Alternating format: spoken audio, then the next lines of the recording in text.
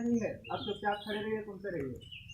हम सभी आज यहाँ अपना सबसे बड़ा महापर्व, अपने देश का सबसे बड़ा महापर्व मना रहे हैं। एक बार जोरदार जय घोष आप लोग भारत माता का करेंगे, संपूर्ण गांव में आवाज जानी चाहिए।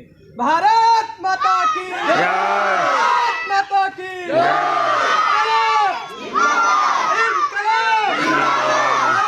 माता की जय, भारत माता की जय। हमारा देश अंग्रेजों की गुलामी से ग्रसित था। हमारे देश पर अंग्रेजों की हुकूमत थी। हमारे देश में अंग्रेजों ने बहुत दिन तक अपना राज्य किया। होता ये था कि फसल हम बोते थे, उसको तैयार हम करते थे, काटते हम थे, अनाज हम तैयार करते थे, खाना हम बनाते थे, परोसते हम थे, लेकिन खाता कोई और था।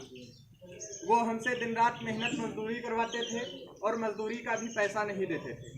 कहने का मतलब है वो लोग हमारा बहुत ज़्यादा शोषण करते थे, और शोषण इतना ज़्यादा करते थे कि यदि कोई व्यक्ति अंग्रेज़ों से 10 रुपये भी उधार ले लेता था और उसके पास जितनी जगह ज़मीन होती थी वो सब जगह ज़मीन अंग्रेज़ों के पास बंदी हो जाती थी। वो उस पर कब्जा कर लेते थे, और जिसने कर्जा लिया है वो तो उनका कर्जा भुगतता ही था, उसके साथ साथ में ब्याज के रूप में उसके लड़के और पोते तक उसका कर्जा अदा करते थे।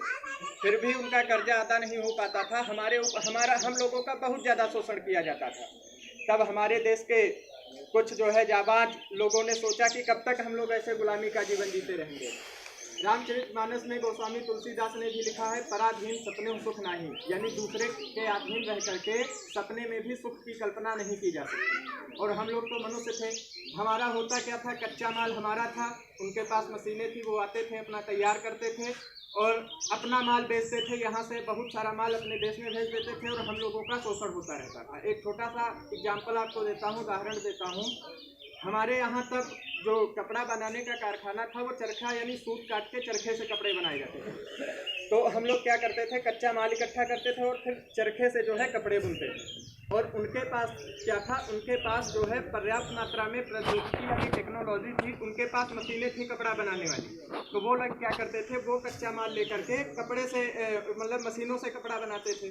तो उनमें होता क्या था कि जो भारतीय कपड़ा था वो चूँकि हाथ से बना हुआ होता था और उसको बनाने में समय लगता था, तो वो महंगा बिकता था। लेकिन अंग्रेज़ों का जो कपड़ा बना हुआ था वो मशीनों द्वारा बना हुआ था, उसमें किसी व्यक्ति की मेहनत नहीं लगती थी, तो वो लोग सस्ता बेचते थे।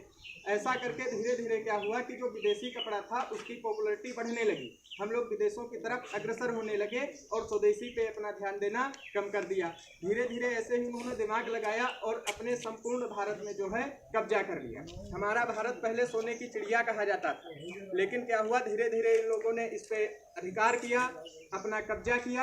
इनकी नीति थी कि फूट डालो और कब्जा करो, यानी दो लोगों की आपस में बन रही है, उनके मध्य फूट डलवा दो, दोनों अलग अलग हो गए, अब दोनों को अलग अलग तोड़ दो।